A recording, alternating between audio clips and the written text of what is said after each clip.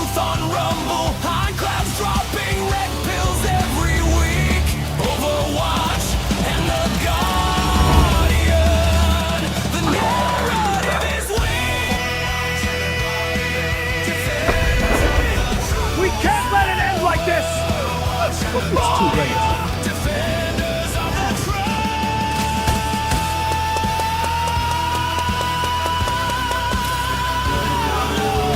Overwatch and the Guardian. Overwatch and the Guardian. Overwatch and the Guardian.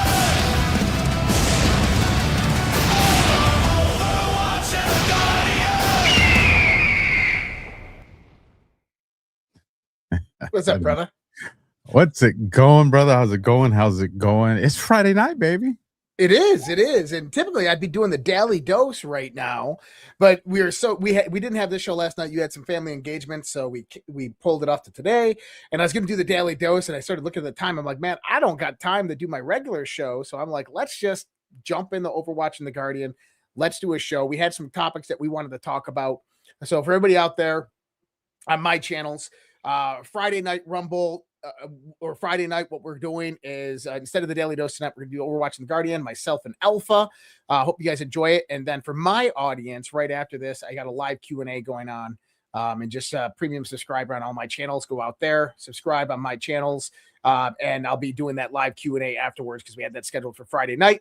And then Alpha, man, there's a lot of shit happening, dude. And you know, we could talk about Iran, we could talk about the DOJ, we could talk about all of that stuff, but there's something bigger happening here. There's something that I think all this other stuff is distracting us from. And I'm telling you that what is not being discussed is actually the real freaking story. And I think it's coming to a culmination point. I think it's coming to a crescendo. And I think that we're about to find out a lot of what has been actually going on. And I think that everything that is occurring right now is actually all connected. It's all interconnected to this. What are your thoughts? Because in your intro, bro. So two things. First, there is a lot going on. You know, magic show. And we got the soundboard back, baby. We got the soundboard back. You get any special cool little sounds like, yeah, I mean, it's the default ones that are set up with them. I haven't put in my goodies. I'll be doing like that. the robot voice and shit. Yeah, well, I got the one that makes everybody laugh. Let me see. This is the one everybody seems to laugh. So it is this one right here, man. What's up? Walking Overwatch on the Guardian, everybody. We're doing this. Now we are not doing a show with that voice going on. Maybe one day we could do like we'll do a show where we'll be in these special character sounds the entire time. But no, two things. One, my apologies, but not really an apology for yesterday, you guys. You know, my son he's a senior this year in high school, and really big event, and he had been making sure to keep me updated. Hey dad. So I knew this was something close to his heart. He wanted me to be at, and I was just like, let's go, let's do it. And I was very, very, very proud of him. I'm very blessed for the son that I have, as well as my daughters, but he is my only boy. So there's that. The second part is, you know, today, very busy day. My mom sold the house that I grew up in, good portion of my life. And so me and my little brother went over there to finish, moving some of the last things out and taking things to her storage. And I'm going to bring this into tonight's show. And I'm sitting there and I walk into the room where I grew up. And as a kid, that room was huge. It was big. And I walk in there and I'm like, I feel like if I stretch out my arm a little bit, I could touch one wall to the other. And I'm looking, it's just, everything smaller. And I open up the closet door, and on the inside of the door is the drawings, all the drawings and scribblings and sketches that I did as a little kid. Still there. Moments in time, data points. Dicks. some, there's, and they were done, people, with crayons. That's why he's a Marine. Crayons and marker, baby. Crayons and That's marker. Right. But I'm looking at this and I'm like, I made those, close to 40 years ago. Yeah. And they're still there. They still exist.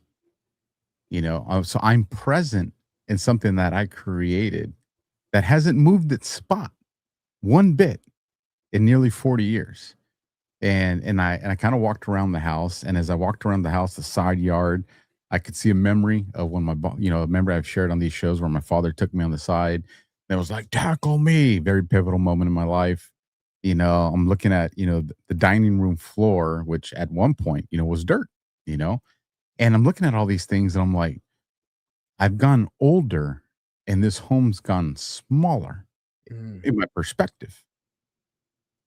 But when I walk outside, the world hasn't gotten smaller to me. So why does my home where I grew up and spent such a large portion of my life seem smaller? But when I walk out, the world seems to keep growing bigger and bigger and bigger and bigger. And it almost made me feel like, is it because the system keeps doing memory upgrades, or are we looking at RAM expansion? Like, when I grew up in my home, was the simulation for all humanity at that point maybe 1 gig, and now the simulation for all humanity is like thousands of terabytes.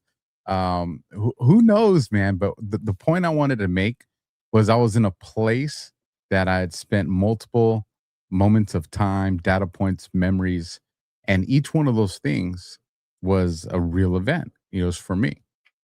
And now we get into this conversation. It's going to be, I'm telling you, tonight's conversation, folks, is going to flip your lid. It is going to flip your lid. And I'm asking myself, these things existed back then. They didn't tell us about it. There were some leaks, some whistleblowers, some things like that, but they existed back in the 80s. How much of our world is a a theater in the respects of they're telling us what we see? Mm. I mean, let me start off with this, and then we can get some ads in. But let me ask you this question, Josh. Have you ever been walking through your house, or maybe even driving, and you're like, you look in the back seat, and you're like, there's no one there, but I feel a presence, man. Like, am I tripping?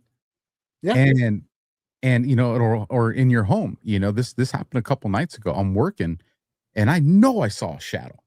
I know I saw a shadow, but the baby gate's there, so I know no one came in or exited the kitchen because I would have hurt the gate. But I also know that I saw a shadow. It wasn't an issue of fatigue or anything. So it's just, there's so much to the world, and it seems like we are right now at that point in the road where there's some people that want to tell us in government and some people that don't. So it's the metaphor of what's called the veil is being lifted. All right. And there's multiple variables of this understanding, but the original mythological idea comes from the Egyptian goddess Isis. Now, Isis was the goddess of fertility and of knowledge and intellect. And it's said that she wore a veil, sometimes over her eyes or over her whole body. And that behind that veil, no man had ever lifted it. And that if a man ever lifted it, he would learn the secrets of the universe. And then the mythology goes that Thoth or Hermes Trismegistus came and lifted the veil and learned the secrets of the universe.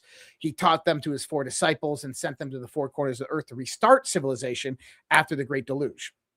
Now, when we talk about lifting the veil, I believe what this is completely anthropomorphized and metaphorical. What do I mean by that? Is that when we start to look at mythology, especially kind of Egyptian mythology, so forth, what we begin to see is correlations and parallels to things that are happening cosmologically, whether it's the grand calendar cycle of the precessional cycle, our transit of our solar system around the galactic plane, or whether it's just solar cycles that are occurring, natural cycles that happen on the earth, lunar cycles, these types of things, is that all of these have a profound effect on human psychology, human mind, and the archetypical nature of expression. So when we talk about lifting of the veil, I believe that this is actually something that is ingrained within the universe and the context of conscious evolution. That species that are conscious within this universe, there are certain points within time and space that this begins to amplify and happen at a faster pace and rate. And I believe that right now we are going through one of those points in evolution, if you want to talk about it. I'm not talking about Darwinian evolution. I'm talking about conscious evolution, that we are going through one of these. And what it has to do with, and this is the best theory that I can come up with, and I actually had an NYU professor of a cosmology on my show who was a NASA consultant talking about this. And I proposed this theory, and he actually liked the theory. But the theory is simply this, is that our solar system transits the galactic arm, known as the Orion arm of the galaxy. Now, that Orion arm is held together by gravity. Whatever gravity is what holds it together. At the center of that Orion arm is very, very dense gases and matter and particles and these things. And at the outer fringes is less dense. At the top of that arm, it's polarized in 1 degree, and at the bottom, it's polarized in another degree. Well, our solar system actually kind of bobs back and forth between that center of that arm. So it goes through immense dense periods and then different polarization, then less dense periods at that polarization, then comes back down and goes to dense again, but then a negative polarization and less dense and comes back up. And so my theory is that as our sun begins to transit these different polarizing effects and higher densities of cosmic particle bombardment, the sun has to adjust its solar sheath, the solar wind that actually protects us from cosmic ray bombardments. And what that means is the sun has to increase its activity. And when it increases our activity, we have massive things that occur here on this planet. What do I mean by that? Is you have cataclysmic events, you have various different geomagnetic switches, you have anything from that to higher energy states that actually derive from the sun. And if you go listen to Elon Musk, he actually talks about this. He goes, listen, if we took all the nuclear power plants in the world and we built a nuclear power plant in every single city in the United States of America, and we did that for 100 years, we would still be less than 1% of the output of the sun daily in energy. Now, I want you to think about that, is that 99.999% of all energy in this solar system comes from the sun. 99.999% or 99% of all mass in this solar system comes from the sun. The sun is the greatest source of all energy, and it is the most profound effects on this planet. So if the sun has to adjust its energy potentiation, its energy potential because of increased cosmic ray bombardment, then that's going to have a profound effect on our planet. And what I believe is that increases evolutionary development on this planet, or stimulates evolutionary development on this planet, because evolution is not some gradual climb that happens like this. It actually happens at very sporadic moments in time. And this is actually on Space Revolution this last week with General Quast. This is what he actually talked about in the context of technological evolution.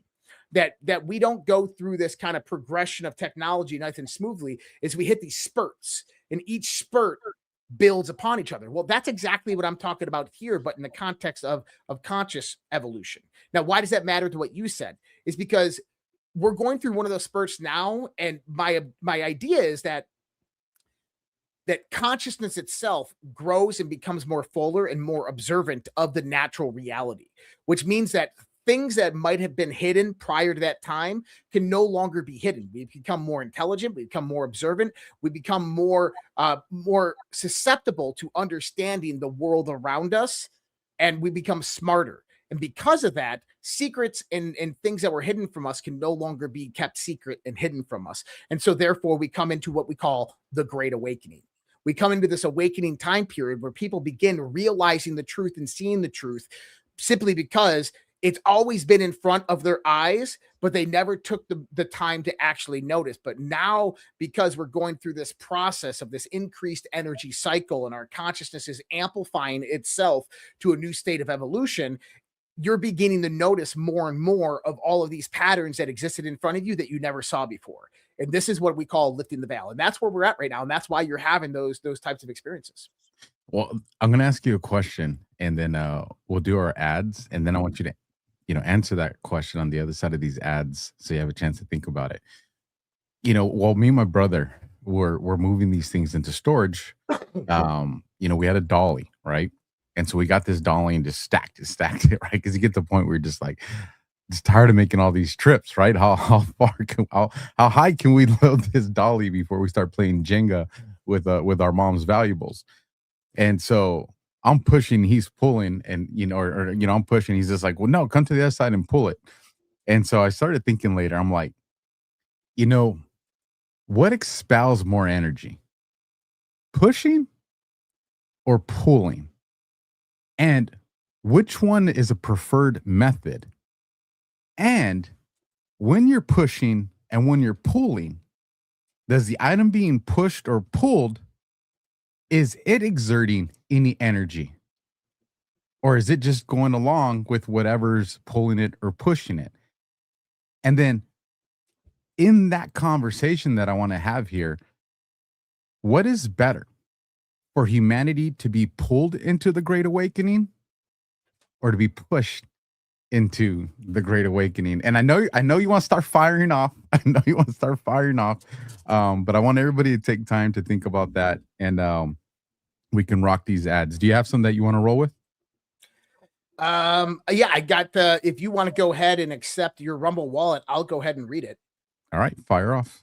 All right, whenever you're ready. And 3, 2, 1. They can cancel your accounts, freeze your cards, decide what you're allowed to buy, say, or support. Big banks and financial institutions have total control, and they use it. That's why financial independence matters now more than ever. Introducing Rumble Wallet, a wallet built for real freedom. With Rumble Wallet, you can control your money.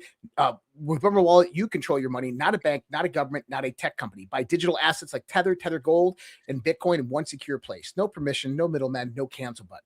When you want to support the creators like Alpha and myself, you can actually believe in, you can use the Rumble Wallet app to directly tip content creators securely, instantly, and without interference. This isn't a credit line that can shut off. It's your wallet permanently. Yours to protect your future, yours to protect your family. When the system fails, when institutions turn on their own people, financial sovereignty is the difference between security and vulnerability. Rumble Wallet isn't about politics. It's about freedom, ownership, and protecting what's yours. So take control today. Download Rumble Wallet now and step away from the big banks for good, true ownership, true protection, true financial freedom. Wallet.rumble.com. And it wouldn't let me do that one. So I have another one that I'll roll with, which is cool. And so let me bring them up on the screen. Here you go. And you'll see this QR code on the screen. If you're like, I don't see any QR code, what QR code are you guys talking about? You got to come to Rumble. You'll find the links there. And so with this one, folks, yes, it's up. The Boar Cider. Hey, guys, you know how dialing in your optic can burn through boxes of ammo and half your weekend? And most expensive if you're here on the West Coast. Well, not anymore. With the Boar Cider, you can zero any optic in under 90 seconds without firing a single shot. Yes, you heard that right. This thing is a total game changer. Zero faster than ever.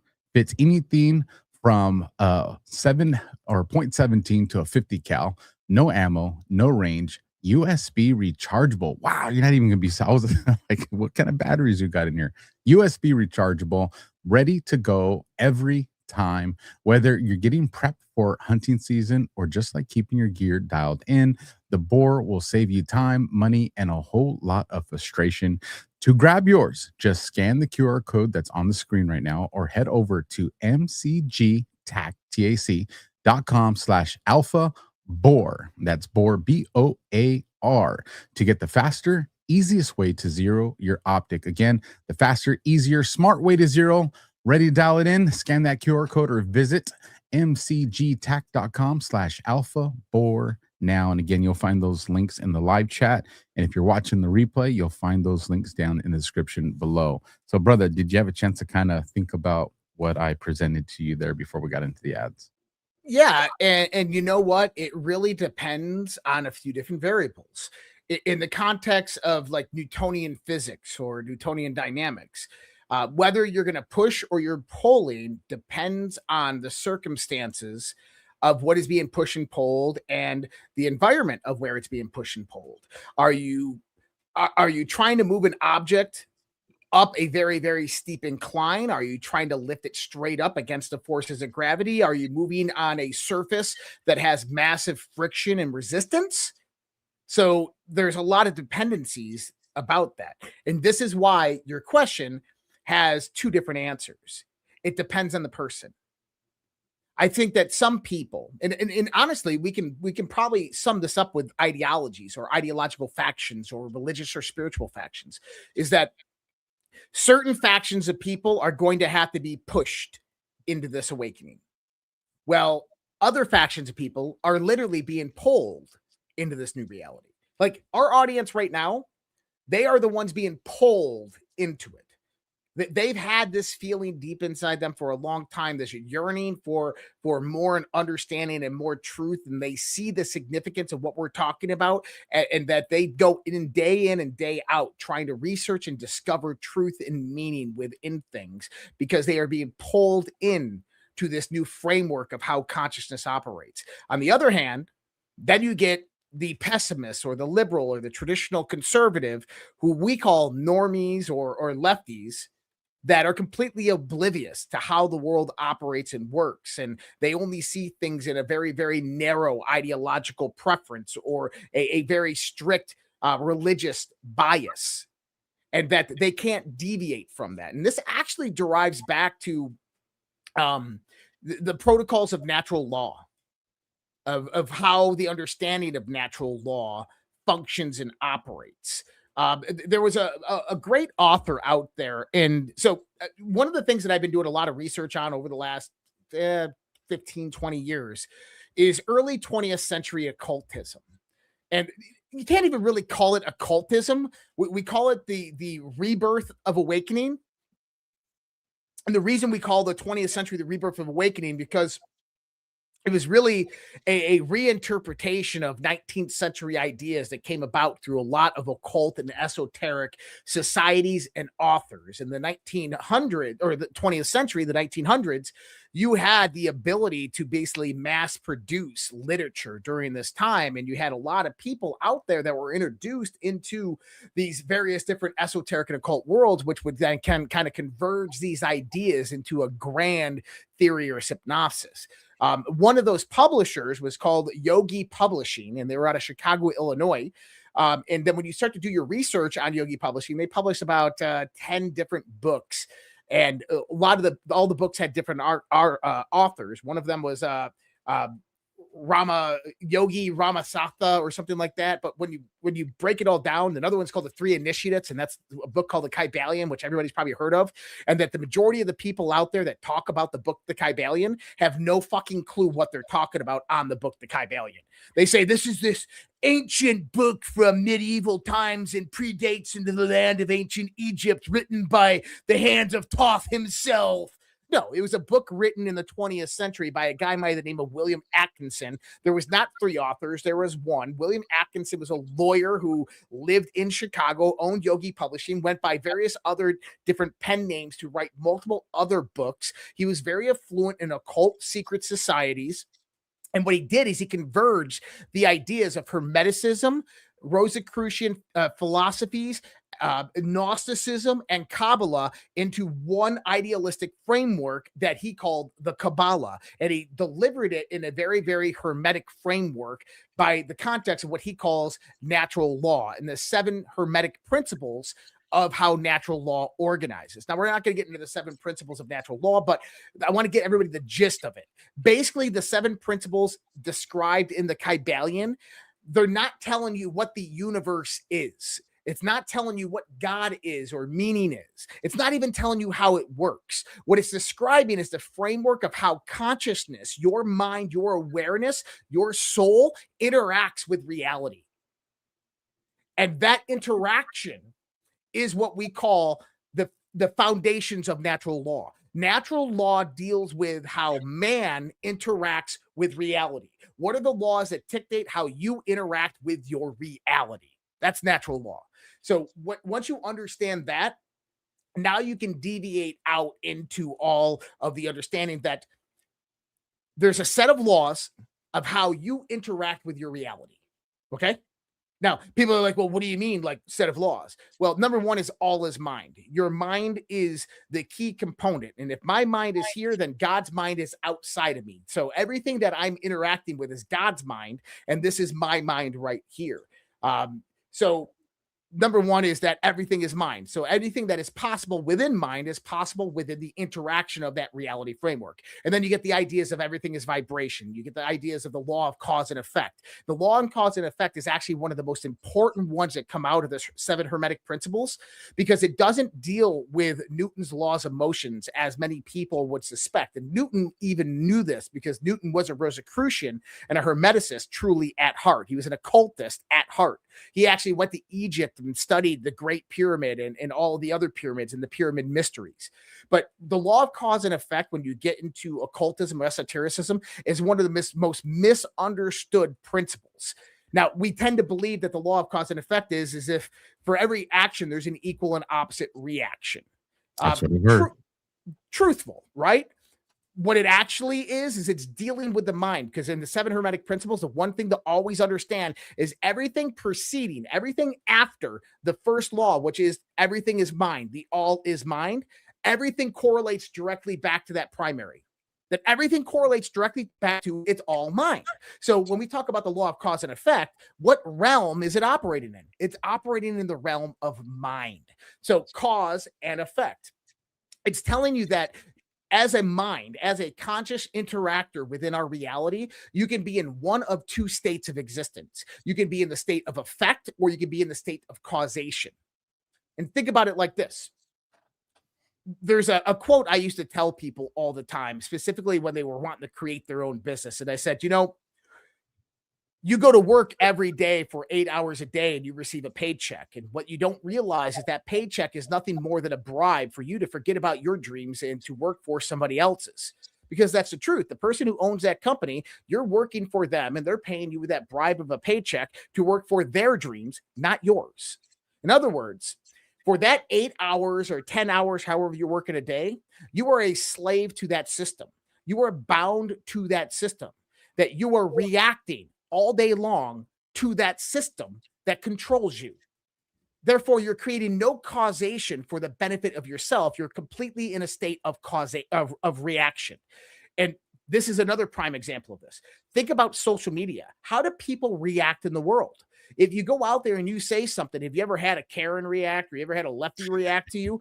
They react emotionally. They don't react from a point of creative knowledge or understanding or intelligence. They simply react to the world outside of them. So our environment is continuously bombarding us with all different types of things. If you strip away the human aspect of it, when you just look at the electromagnetic waves that are interacting within our reality, is that you have light and you have air and you have temperature and you have noises and you have trees and you have birds and you have houses. I mean, you have so much stuff that you're interacting with. And what's happening is that your body, your brain is, your body's taking it in and your brain is processing it. And then it goes through a filtration system. Then your brain dictates and says, hey, this is what I believe is out there. Right.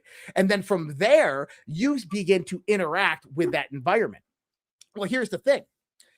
How much influence does that environment have over the perception ability of your reality? Immense, massive amounts of control over your perception of reality, because the brain itself is very regimented. We know how the brain operates in this construct. So in understanding that, is if you allow, if you begin the process of kind of draining yourself out of the system and understanding exactly what I just said, you can begin to train your mind and your body to not react to the environmentals around you, but instead interact with the environmentals around you. Have you ever seen a yogi? A yogi can sit there and meditate for 72 days nonstop in the same position through rain and snow. The temperature can drop 80 degrees to -10, and he can just sit there and not move one bit, not disturb his breathing. Why? Because he's not reacting to the environment around him. He's interacting with the environment around him because he understands the profound law of cause and effect, that he becomes a creator in the reaction of the reality. Or sorry, a creator in the interaction of reality, and not a causation due to the effect of the reality on him. That's some pretty deep shit. It is, and because I apply that principle, and almost daily, and everybody knows I do my cold plunges. I submerge my entire body. You know, take my head down under, and then from that moment on, I'm like the bottom of my lip down is in water, and extremely freezing temperatures. Now, when you get in, there's that shock value, right? Your body's like, "Yo, get us out! Like, why are we here?"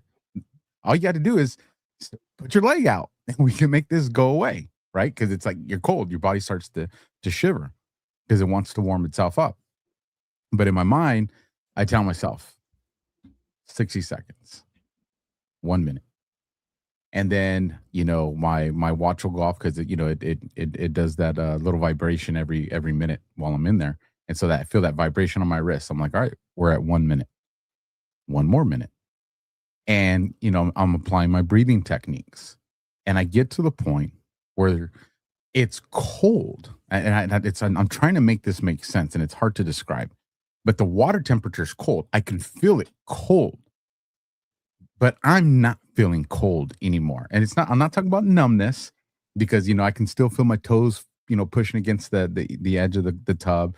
I do these number counts with my fingers, right? Because I want to make sure that I really do challenge myself. Like, how can I be accurate with, fingertips touching a certain fingertips? Like, there's a series of things that I do, to make, the mental game stronger. But the reality is I'm in freezing cold water, but my mind is been able to take over a level of control to where it's not overwhelming for me, that I'm in there. I'm fine. Maybe I'm listening to a tune or something like that that's going on. Now, this is all fine and dandy, but here's the part where there's a twist, right? Plot twist. Usually somewhere around that 4.5 minute to 5 minute mark, it doesn't matter how strong my mind's gotten, I can't suppress how cold that water is now. And that temperature starting to get there to it's like, all right, it's time to get out, right? So there's my mental reality that did take control of the situation, kind of, one of the principles, at least, that you're talking about here.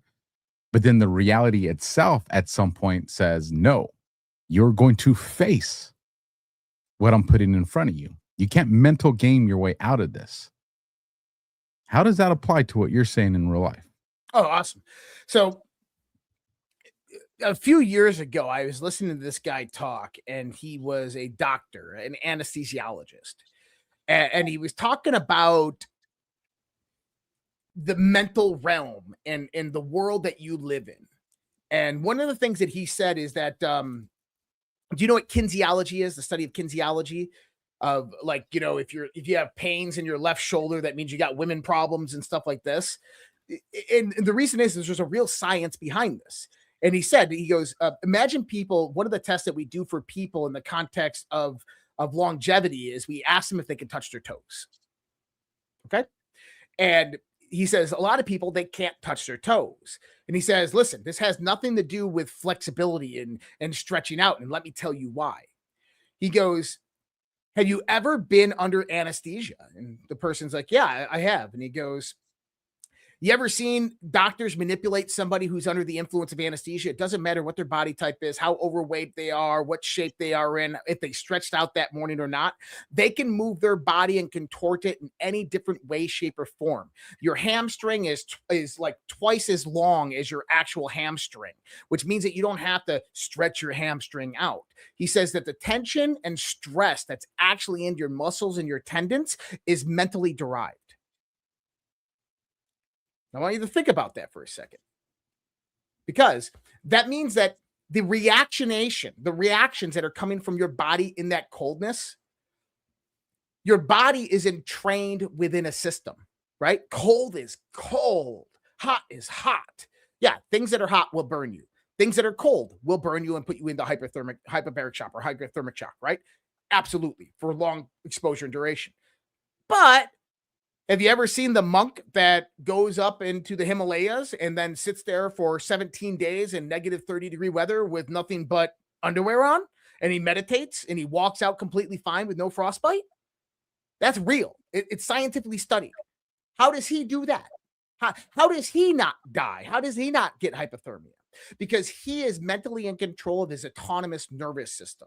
In other words, he is controlling the reactions of what's happening into his body and increasing the biological functions within his cellular metabolism to increase the heat within his body. And he's doing that consciously.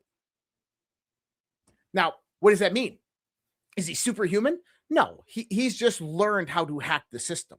The reason that it gets cold for you and you have to fight through it with pure sheer will is because you have not had that level of training that monk in Tibet has had. And we can all, I haven't either. And I would cry like a little baby for 30 seconds into cold water, right? But this guy has had that level of training. But what has he trained? He didn't train his body. He trained his mind. He trained his mind how to control cellular metabolism to increase the heat of his body instantaneously so he could survive for 4 or 5 days in negative 10-degree weather and be completely warm and melt snow on his skin anytime it touched it. This is a perfect segue into setting up the main topic tonight. Is it only Josh because he's trained his mind? Or is there a secret DNA out there that has given some of us the ability to have different attributes, whether it be the attributes the yogi has, whether it's someone, you have this brain that works, far faster than most human beings that are out there. It's trying to say I'm genetically engineered by aliens. It's a compliment, it's made me a fine looking specimen, this Zeus, I'll go for it, thank you. But no, is there a secret DNA out there? Has there been a modification? And as we get into this conversation, I want to play a quick short clip here that goes back to July 26th of 2023. This is Rep Nancy Mace. And she's asking some questions here. And then we have a series of clips that we're going to show to you guys tonight. Because the narrative is telling us we're not alone. So take a listen to this. Tell me what you think. Craft stated earlier, do we have the bodies of the pilots who piloted this craft? As I've stated publicly already in my News Nation interview, biologics came with some of these recoveries. Yeah. Were they, I guess, human or non-human biologics? Non-human, and that was the assessment of people with direct knowledge on the program I talked to that are currently still on the program. If you believe. So we've referenced that video clip on a lot of different episodes, and there are people who have seen it. A lot of people still haven't seen it, and our audience is growing. I want to make sure everybody's seen it. Doesn't say aliens. Doesn't say the Palladians, doesn't say reptilians, doesn't say the green guys, doesn't say the yellow guys. You got some clips lined up for you guys where those guys are referenced. He says non-human biologics. Now, back in July of 23, when this was said, there was a certain way I took it. Did you hear what they just reported on what went up with the astronauts on Artemis 2? Oh, I got it.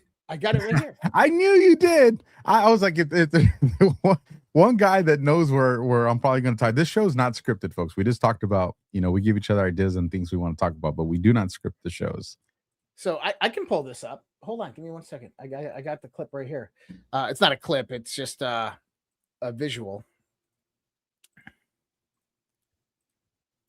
That's it.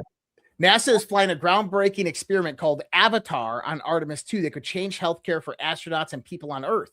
The project uses a tiny organ-on-a-chip device made with bone marrow tissue from the actual Artemis 2 crew.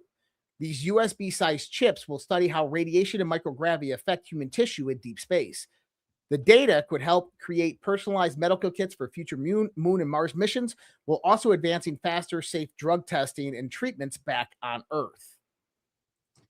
Now, Josh, a period of about 40 minutes when you will be out of contact with the Earth. That's when we will be closest to the moon, farthest from the earth. But it also is a human moment, you know, and I would love for us to have a moment of togetherness, for humans to just go, hey, there's a part of humanity that's not in touch with the rest of us. And let's just get them all back. And then we can go back to the hustle and bustle. But Now, interesting enough, first black man to be furthest from in space, and people are like, dude, no, seriously, that's fucking cool. First Canadian, first woman. That's actually really cool. And people are like, space is fake and gay. Guys, if you watched Space Revolution the other day with General Quast, he said something that I hope you paid attention to.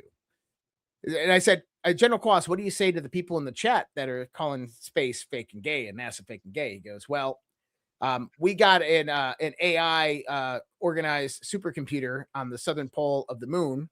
I log into it. I can see it. I put it there. Like, he goes, my team put it there. We launched it. It's there. What do you say to that?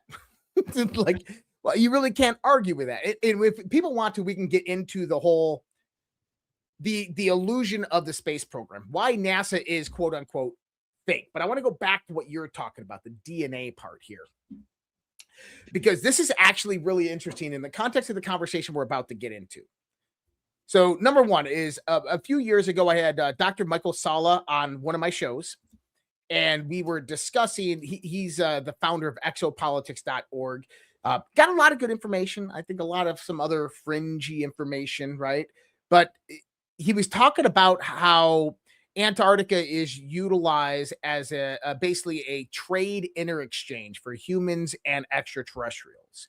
And that human beings, children primarily, are traded with extraterrestrials, that we go out there and we trade extraterrestrials in the we trade with extraterrestrials, and a lot of the kidnapped children in the world are taken to Antarctica and then they're shipped off with alien species, and we don't care what they use them for. At least that's what he was saying.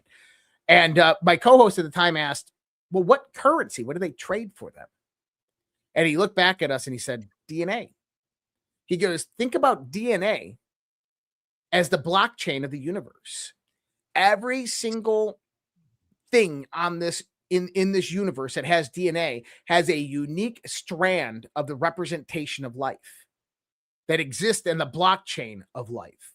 And that DNA becomes the most valuable asset in the entirety of the universe, because it's one of the things that's the most diverse amongst everything and completely unique unto itself. And I found that really profound.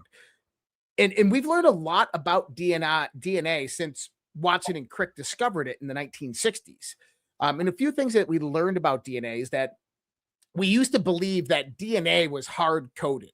You ever heard this? That, oh, well, alpha, that's hereditary, so you need to be careful. That world doesn't even exist anymore. That's just nonsense these days. That science is obsolete. What we now learn is something known as epigenetic control factors. And what epigenetic control factors truly means is that your DNA is expressed through variations of how the environment is, how your body is affected by the environment. In other words, environmental phenomena express your DNA. So what happens in the womb when a fetus is first born after that zinc spark and begins to develop, what's happening in the environment of that mother is actually incredibly relevant to how that DNA is going to express within this baby. That's why in one of the episodes we talked about listening to opera music and listening to classical music as a mother who is pregnant with an infant in her belly is so profound, because it has profound effects on the DNA expression. So when you go into the context of maybe Josh is a modified alien hybrid, maybe. Or maybe Josh has just had a lot of different things in his environment that have produced different genetic variations of expressions that is different from everybody else. When he started with a genealogy that was from his mother and his father, 23 chromosomes from each, but configured in such a unique way that there's no other match to that DNA in the entirety of the universe. And then you put him into an environment with complete invariance throughout its whole structure, and now you get expressions of those gene types that are profound, that can be genius, that can be savant level. or you can get ones that are disastrous, that are cancer forming, right? You never know.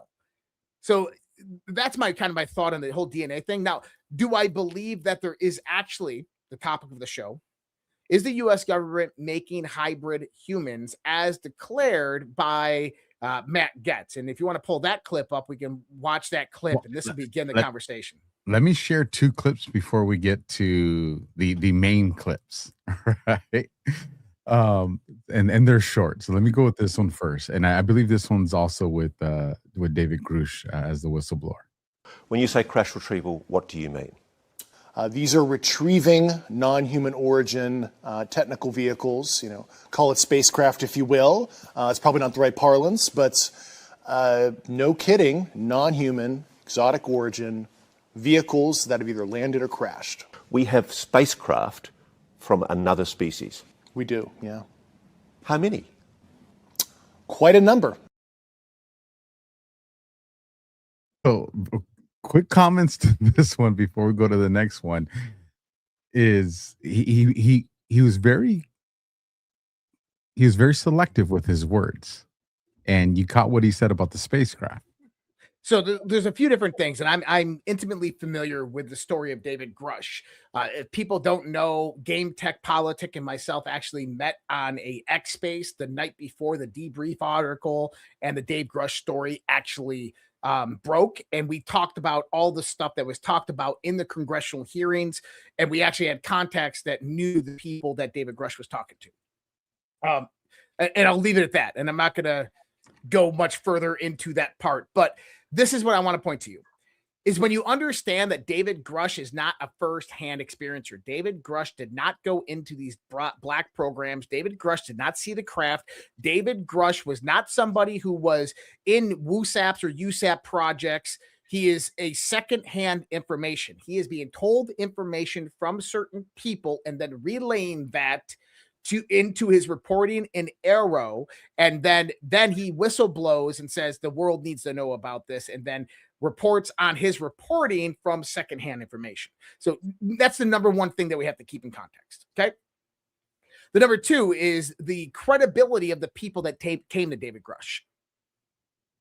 The thing is I know we know kind of few people that have came and talked to David Grush. They've been out there, and their credibility is actually pretty good. The psychic spies and stuff like that came and were working with the Air Force for craft retrieval, these types of guys.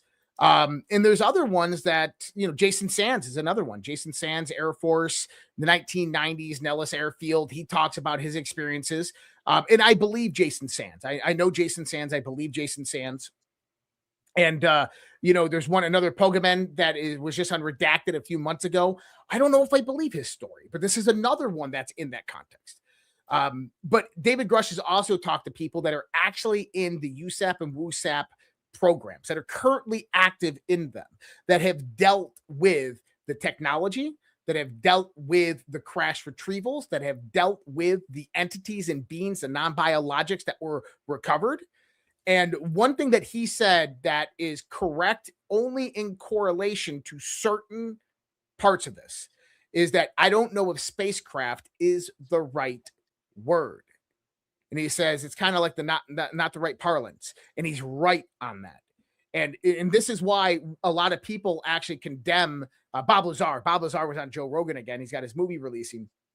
And he calls it anti-gravity, and he tries to explain this anti-gravitic phenomena that he experienced at S4 in Area 51. Number one, I believe Bob Lazar's story. I don't think that Bob Lazar has the educational background or understanding to actually understand what he was dealing with. And so when we say anti-gravity or spacecraft, we're not in the right mind context to understand what we're talking about here. When Representative Luna or Nancy Mace says interdimensionals, I love it when Eric Weinstein always interjects and goes, I got a PhD in mathematics from Harvard and I understand interdimensionality. And what are you trying to define interdimensionality as? And that's where things get obscure, because The word interdimensionality in the spiritual community or the physics community and the math community are all different things. But what David Grush is trying to say is we don't have words to really describe how these craft operate, how they travel, or where they come from. The only concepts that we can begin to understand with that is the idea of interdimensionality. And people begin to think about multiple dimensions of space time and folding space on top of each other. That's not how it works. And I'm going to tell you that right now. That is not how it works. But even the term interdimensional that David Grush has used multiple times is not the right term. We can get into this in a little bit because it's going to actually make a lot more sense. Well, we need to do a part 2. We could do a part 2 too, because I want to make sure we get into this conversation too. But I also did make note that he said they either crash or landed here. Yeah, I love this part. In other words, like they didn't originate from here. They crash or they landed here. But he also doesn't describe, what that journey may have looked like. Was it a portal? Was it, from outer space into our atmosphere? There's obviously we don't have much more information in that conversation, but I did note that, he's a smart person. He's like you. He's one of those people that I listen to it's not just listening to what they say, but how they choose to get you there. That's so conversation. I actually want to comment on what you just said, but I also want to just address 2 comments I saw in the comments here on YouTube. One is it's an interdimensional vehicle, and another person says transdimensional. And I asked to these people something that we talked about the other night. Define that. What do you mean? How do you define an interdimensional vehicle? And if you say, well, we have the 3 dimensions, length, breadth, and width and time of space-time, and that there's this 4th mysterious dimension, and it somehow curves all space. No, that's not how it works. And we know this because that whole geometric perspective comes from GR, general relativity. General relativity, for anybody out there who's never studied Einsteinian physics, general relativity, special relativity, general relativity takes 3 different geometries that were mathematical geometries. They don't even really exist. They're just mathematical constructs of geometries. And he converges them together. That makes no sense. Okay? And here's the thing is it doesn't make any sense. And he converges them together. In other words, gravity, general relativity, only works within a constructed geometry that doesn't exist in the real world. And this is what I was talking with Quast about is general relativity states that mass distorts space and time. But space and time have 0 attributes to them. They have no attributes whatsoever. They're just a geometry. And that mass somehow distorts that geometry. And every time that you look at this within the physics books, the book that I have up there, the 2 that I have over there, it talks about in a singular planar dimensionality. Okay? Now, that is completely the antithesis of any logic or thought of how gravity actually works. Now, General Quast and people, you got to understand, that man knows way more than he's leading on to. He said, well, I describe gravity as compression. And I said, oh my God, that was it. And I went on like a 20-minute rant on why it is compression. And if you want to understand gravity, think about a pebble being dropped into the ocean. Okay? A pebble being dropped into the ocean.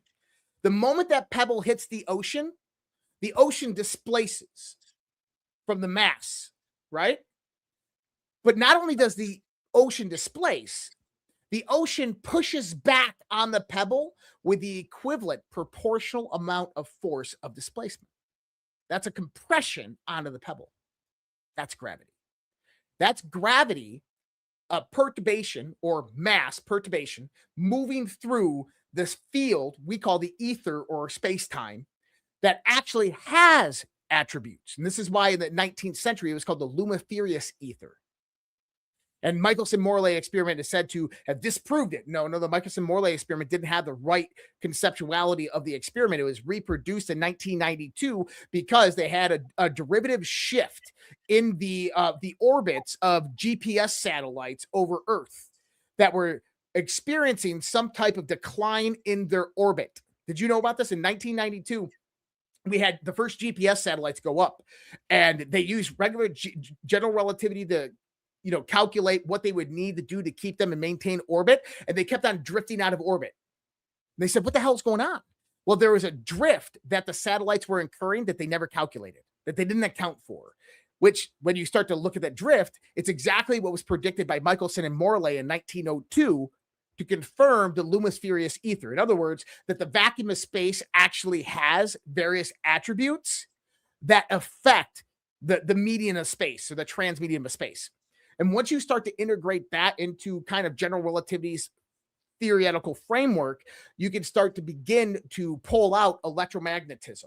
You can pull out the strong and the weak nuclear force. You can pull out the gravitational force, but then you can develop ideas on how to manipulate them. But then it also brings about is, what is this field of existence? And you realize that in order for that field of existence to actually be there, there has to be a counter field. And that counter field, there's a great book out of there. It's called Space Counter Space.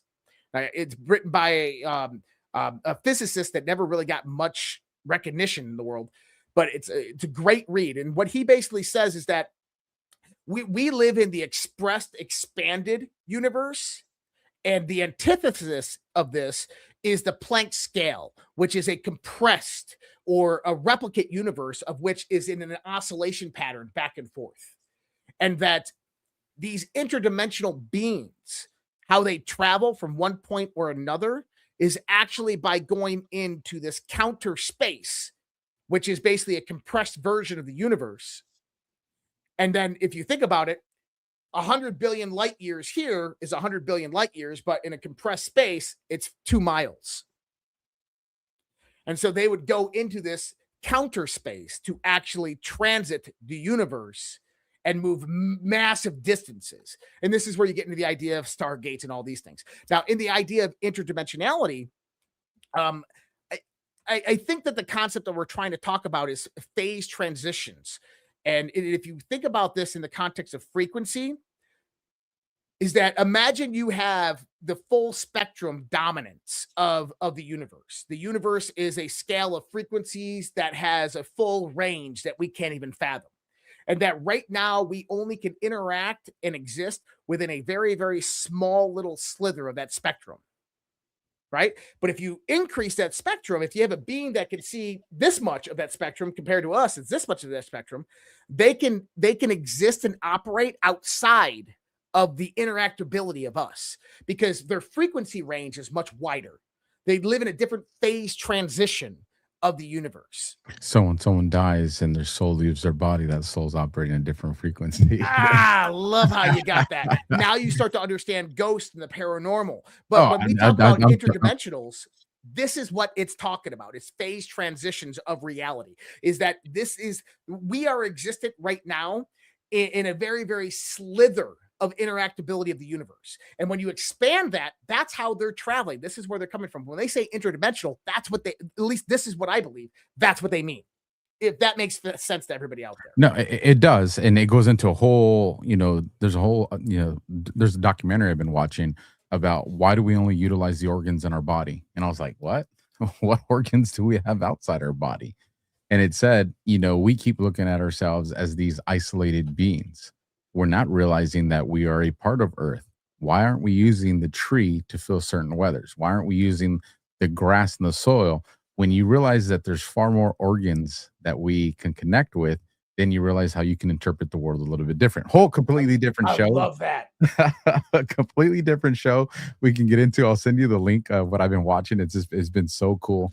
I'm gonna go watch that tonight. Shit, you need to send that to me after this. But there's a lot to it. So as we get into this Matt Gaetz one, and I wanted to show these 3 quick shorts because I wanted to put this in real quick. Fire off. So guys, right after this, I'm going to a live Q&A. And I did invite this son of a bitch right here in there, and he is going to be showing up. So if you're in Alpha's audience and you want to get into my live Q&A tonight, this is what you have to do. I just saw that Missy Temperance 1140 just became a premium subscriber on Alpha's YouTube page.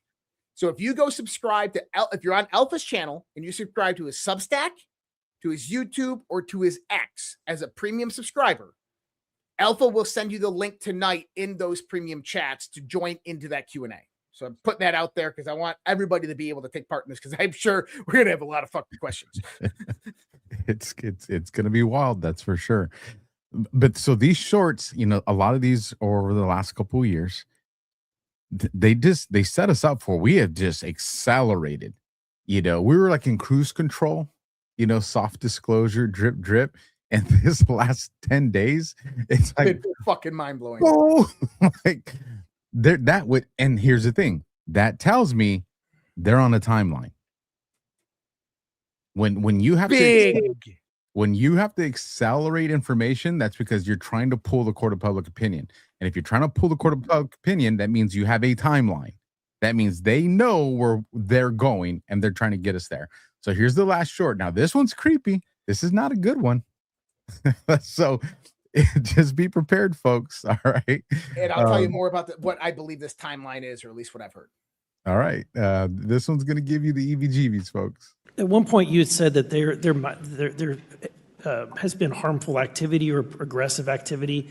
Has any of the activity been aggressive, been hostile in your reports? I know of multiple colleagues of mine that got physically injured.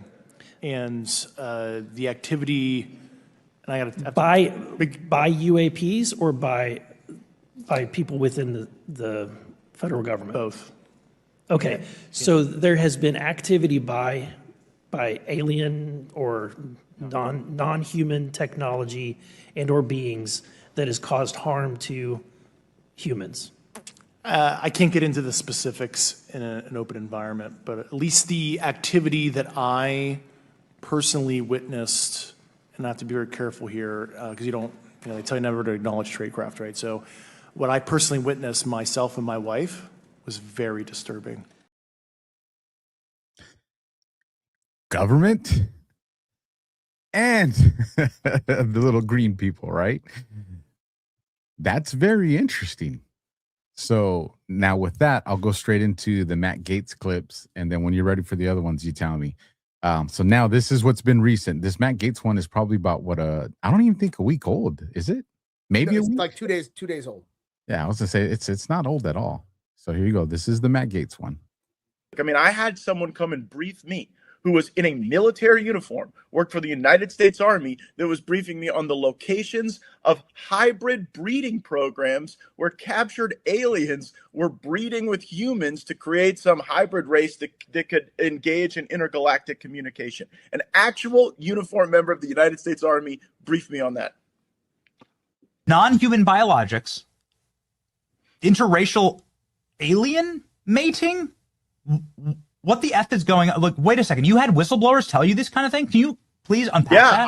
Yeah, I had a guy who was uniformed. He was a senior enlisted with the United States Army. Came into my office in Crestview, Florida, in a non-classified setting. I had members of my staff there, and what they explained is that the military ran a very secret program where aliens that were living were in forced breeding programs with humans that had been abducted from war zones and from even the caravans of migrants. Now, again, I didn't verify this, but what the whistleblower was telling me is that there were like between 6 and 12 locations around the country where this happened.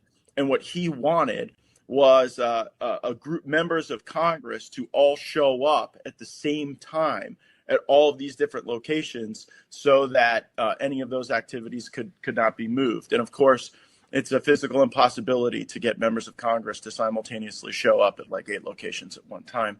And so that never occurred. So I know who this guy was that talked to Matt Gaetz. At least I believe I know who this was that talked to Matt Gaetz. Number one is the first. I'm going to preface this because I like Matt Gaetz, and I don't think that he's trying to mislead people. He says a few words that I would rephrase. He says he was briefed. He's not briefed. This wasn't official military briefings, okay? This was a whistleblower who walked into his congressional office that was former Army that sat down with him. So I want to preface that. Number 2 is the guy wasn't senior enlisted. He was an NCO, non-commissioned officer, E5. You and I know that E5s aren't shit. And when you're in the enlisted ranks, you really ain't shit, especially when it comes to secret knowledge and stuff like that, right? My belief is, and this is who I believe it was, is Jorge Pabon. He was a sergeant in the United States Army. He was recruited by the intelligence agencies, or at least this is from his story. He had a whole life of alien contact, very similar story to Chris Bledsoe. Aliens had been interacting with him his whole life. The intelligence agencies got a hold of this. They recruited him, asked him to join the Army. He joined the Army and kind of went to the moon and did all these other things, right? At least this is who I believe it was.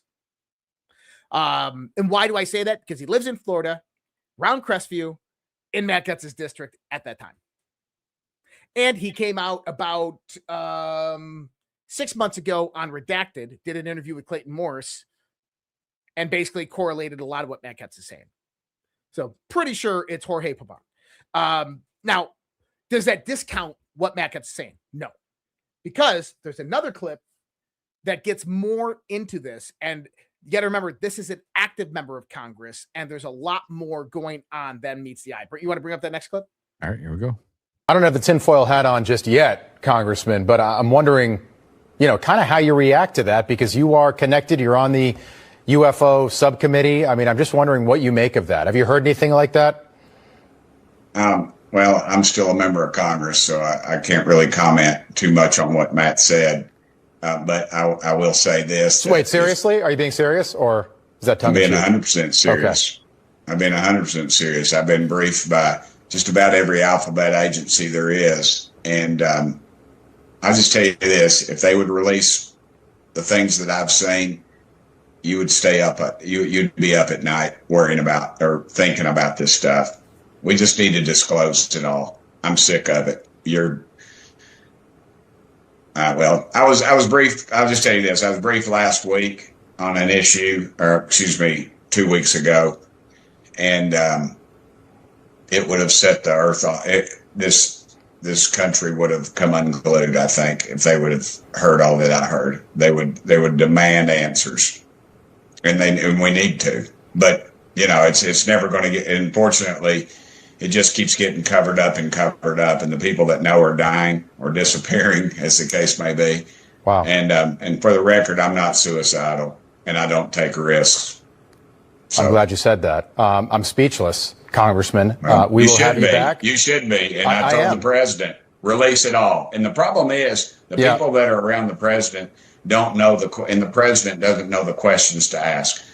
A few of us are going to have to get with the president and tell him what he needs to ask and where he needs to look. I mean, we're in meetings and they give addresses and tell locations of items, I'll just say.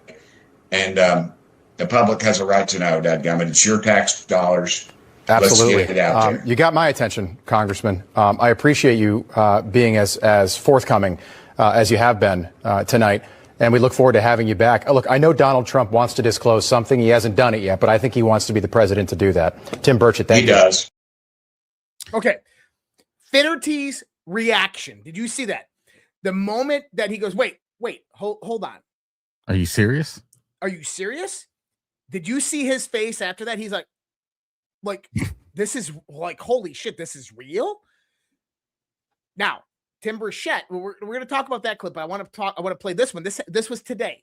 Listen to this. Roswell, Area 51, Wright-Patterson down in Dayton, my home state of Ohio. We've been hearing about this stuff now for 70 years. That we have it, we don't have it. That we've re-engineered it, no, we haven't. I know you can't talk about much because you're an active member, but just give me a wink. Are we alone? No, we're not. We're not. Holy, wait a minute. Did we just break that? Wait a minute. Is that April Fool's today, Tim? No, it's second. No, we are not alone. We don't make all them. What did he just say? We are not alone. So take those two clips. Tim Burchett just said, I've been briefed by every 3-letter agency on this topic. If people saw and knew what I saw, what was shown to me, the world would burn, America would come unglued. On another show, he comes out and says, "We are not alone." Now, I want to just provide a very controversial question. I'm not saying that this is true. I just want us to consider this. And you've definitely are one of the people that got me to kind of even look down this direction. When we think Epstein, we think human trafficking, child trafficking, blackmail, and leverage. But we know that this goes way into a much darker science, especially with kids and him wanting to breed. Now, we also know that there's been some disclosure into the Epstein files, but not a lot. Is it far-fetched or maybe too tinfoil hat or extremists to think our government, even though it's been very corrupt for many, many decades, it still knows that it has to operate within the confines of certain types of laws and policies? And this is why you get contractors and agents and assets that can kind of do things that limit the government or military or DARPA. Is part of the reason and the hesitation and the slow rolling out of the Epstein thing is because we keep looking at, well, Epstein was a blackmail operation. And what if it was far greater than that? And what if Epstein's operation was actually part of this military hybrid operation that was acting in the behest of the military, whether the military was, paying for it through black accounts, or whether the military was covertly providing assets and income and data to make sure that it happened, with some plausible deniability. Am I going too far out of bounds with this, man? No.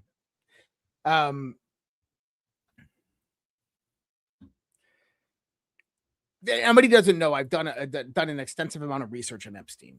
And one of the things that you can start tying Epstein into is obviously human trafficking isn't the right word for it. Okay. Child sex trafficking isn't the right word for it. Child procurement is the right word for it. And a lot of this was being pushed into biomedical research and genetic research information.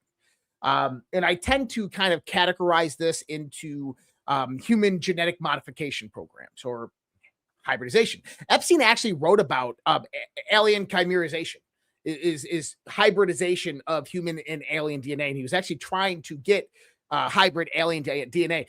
One of the reasons he was looking for ancient civilizations off the coast of Cuba and why he lived in the Caribbean so they could dive down there is to find the remnants of the ancient human civilization and find DNA to then replicate that DNA and integrate it into our current DNA, because he believed that human beings once possessed superhuman powers on this planet.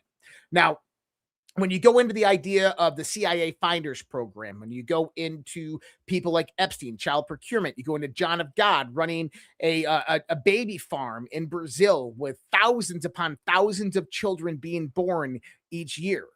We come back to the same question that nobody ever asks. Because when you say child sex trafficking or human trafficking, the why is very easy. Well, it's money. It's about money, power, and control, and influence and compromise. But when you start to enter this new caveat into it, ask why. Why were they doing this? And that why is why people like Todd Blanche stepped in and stopped it. That why is why people like Dan Bongino were given false information, which he was believed to be true and correct, that Epstein didn't kill himself or that Epstein killed himself. It's the reason why that people like Kash Patel go down these rabbit holes and can't progress further down them. Because that why is so profound that it relates directly back to what Tim Burchett said. that the earth would burn and the world, America would come unglued. Now, in part of that conversation, he says, I was briefed 2 weeks ago on something that's happening right now. And I got the clip on that part that was further on in that clip. And the thing is then he goes and talks about General McCaslin, who's missing, and these scientists who are missing. And see, my belief is a lot of people in these black projects who have operated in it for a long time have been trying to blow the whistle on this. And they've been disappeared, removed from the chessboard, or just vanished. And I think that a lot of these people, these scientists, are fall within that boat. You can also align it that it's technological security and superiority, right? Is that people are competing in factions of technology and corporate contracts. Who's going to get the contracts for all this stuff? And you want to eliminate any competition. I got my scientist over here. Here's the other scientist. If he gets hired at this company, then we're fucked. So let's take him out. Right. You get this whole idea that comes out of this as well. That's not what this is about. There is something that is happening right now. And I believe that the reason that Donald Trump is doing what he is doing globally, why the Iran war is coming about, why we are reallocating the resources of the world back towards the United States of America, is because, remember Chuck Schumer came out? And you and I had never seen Chuck Schumer say anything like that. This is very, very serious, and he's got to in this administration has got to convince the American people. First time I've ever seen him act like a real politician. That's right, because this isn't. Yeah, we talk about in the geopolitical front, China and Iran and all these things, and that's a big part of it. From what I gather, is this is a crazy scenario. Hold on, I want to preface this because there's more here. And listen, walk us through it. Somebody in the chat said it, and I was gonna bring it up later, but I was like, they brought it up here, so if they brought it up, other people are probably thinking it too. The Save America Act does have specific text referencing it shall be unlawful for any alien to vote. Now, we've always thought of alien as in an illegal from another country. What if alien doesn't just include someone from another country, but someone who's not completely human? And what if we get to the point in these disclosures, Josh, where we actually have the ability to determine who is an actual human and who's someone that looks like a human but ain't completely human? So one of the things that Tim Burchett was briefed on by one of these 3-letter agencies, and this goes back to something that Bob Bigelow said and all this stuff. And I'll say that I said this in the space last night, and this is from good sources. If you're in the space last night, you know what I'm talking about.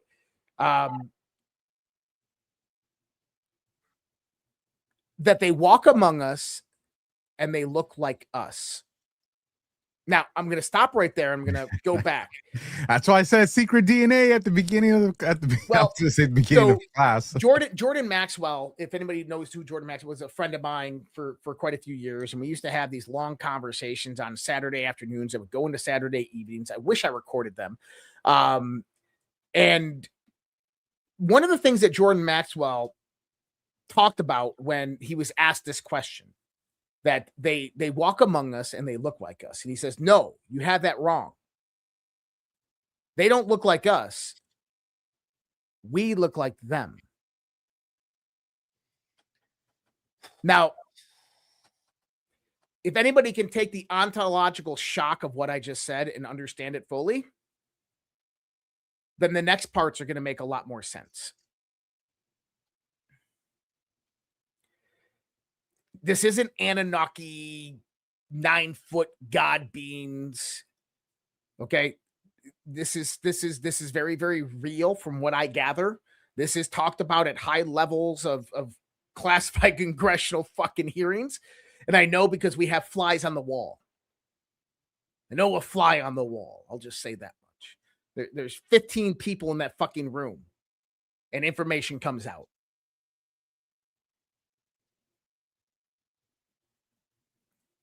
I want to play something real quick. Okay. It's gonna be about This that time this since, is paint our roofs blue, Josh. this is Secretary of the Army Dan Driscoll on the 250th anniversary of the U.S. Army's birthday, and I want you to listen to what he says here. As young Americans across the country get to see all of the amazing things that the Army has done, whether it's helping with floods in North Carolina or wildfires in California, or we talked to an astronaut yesterday who's on the moon, who's a soldier, including. I'm going to replay that last part, Alpha. Tell me what you think of this. Yesterday, who's on the moon, who's. I remember. Soldier, including actually going to war and fighting to defend. We talked to an astronaut who is on the moon, who is a soldier. Now, I asked General Quast about this the other day, and he said what was said for a reason. Okay? Because I said, look, a lot of people like me believe that the 1969 moon landing footage was bullshit. Okay? Stanley Kubrick admitted to doing it in a Hollywood basement. And guess what? It was. It was done in a Hollywood basement. And it was done in a Hollywood basement for national security reasons. Did those Navy, Army, and Air Force guys actually go to the moon? Yeah. All the Apollo missions that went to landed on the moon went to the moon. Except you never saw any footage of it. And the reason being is because in 1969, if that rocket, Apollo 1, took off and blew up in the sky or didn't make it to the moon, we lost the Cold War. We lost the space race to the Soviets. So it was a matter of national security that it was successful. So therefore, they ensured that Americans and the world, through psychological warfare operations, believed that that was actually happening. It did. But here's the thing. Is those moon missions that they did through Apollo, they were actually taking everything up there to build a moon base. And the U.S. military has had a presence on the moon since the 1970s.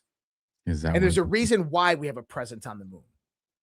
Is that why there's no point in searching for the missing scientists on Earth? I think that the missing scientist on Earth is more of an Earth phenomena. I don't think it's. I think that it has to deal with what's going on around us and up there, but I think it's more of. I think McCaslin honestly is in hiding. So the timing was impeccable. Right after Trump says disclosure, he takes off. I think that he's in hiding by himself, and he's doing it on purpose. I think these other scientists were killed because they try to be whistleblowers. NASA astronaut Mike Finke suffered a mysterious medical emergency on the ISS earlier this year while he was prepping for a spacewalk when he suddenly lost the ability to speak. You remember this back in like November, December? He was getting ready for a spacewalk. They had a medical emergency on the ISS, and they had to send SpaceX up there to grab him and bring him back down. He completely lost the ability to speak, and they have no idea why.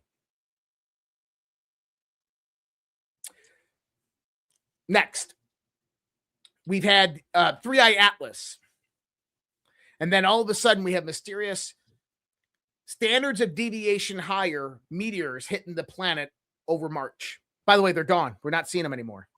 It was a very short time frame. Almost like we went through the debris field of something, and then it was over. Because that's what I believe just happened.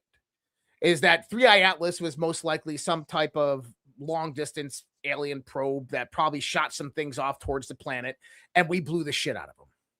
And then we went through the debris field of what that was. And I'm going to tell you the reasoning behind all of this. Now, there's some other context to this in the sense of interdimensionality. This is a little bit more, that's a little bit more fringe stuff. I don't know necessarily think I want to get into. There was something I was told 2 days ago about all this. And then MJ Truth actually came out and put this post out. And it reminded me kind of a little bit more of an angle of something that I was told. And I say that I was told because, I mean, shit, dude, I talked to a lot of people. He goes, as U.S. astronauts head back to the moon, let's remember what Space Force has said about the moon. When foreign powers can build bases on the dark side of the moon, when private companies are inventing a new economy beyond our planet. And then MJ says, I have often felt like there has been a war raging above our heads the last several years.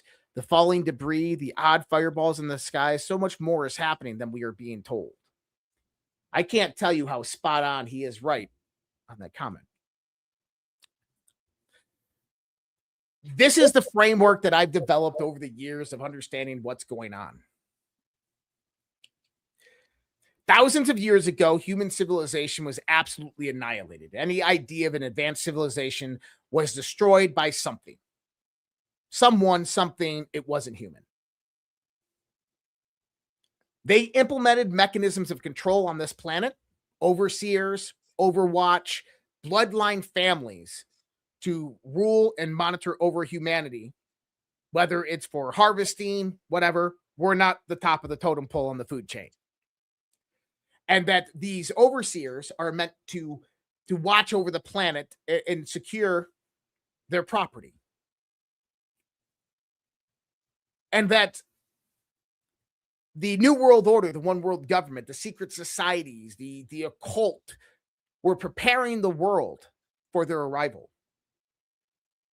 They were getting everything ready. This is what the control systems and structures were all about. This is what the suppression of technology has been about for the last 100 years. Why they suppressed the technology, so that we would never have the capability to defend ourselves against what they would consider to be their gods.